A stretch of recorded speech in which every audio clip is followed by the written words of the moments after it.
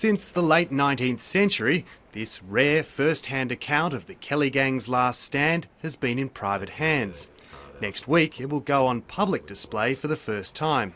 Oh, we were absolutely thrilled. It's once in a lifetime you get something as unique as this. The author, a bank clerk named Donald Sutherland, arrived in Glenrowan for the latter stages of the famous siege.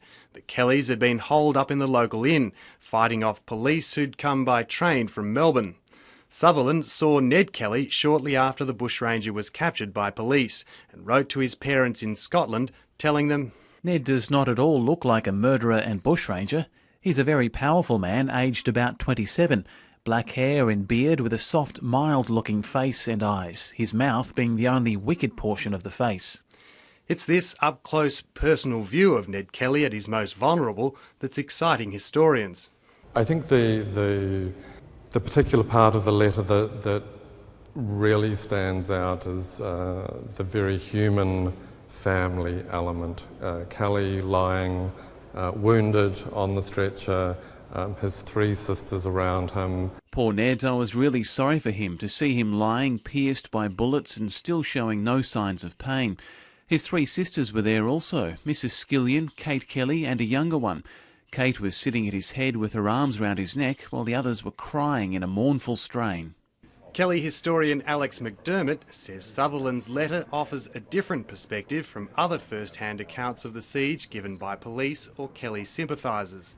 What we have here is an everyday bank teller from Oxley, a little town near Glenrowan, and he's not on the side of the Kellys, massively so, and he's not on the side of the police, massively so.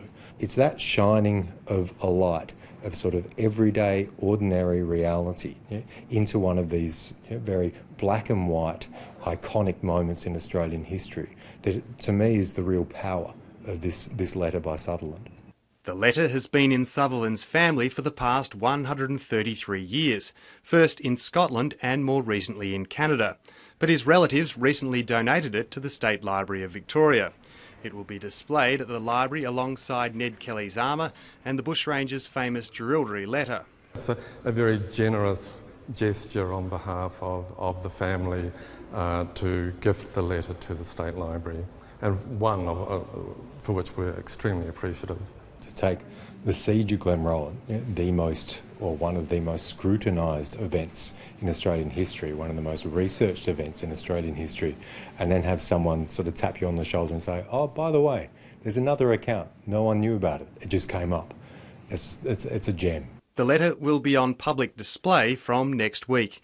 Danny Morgan, ABC News, Melbourne.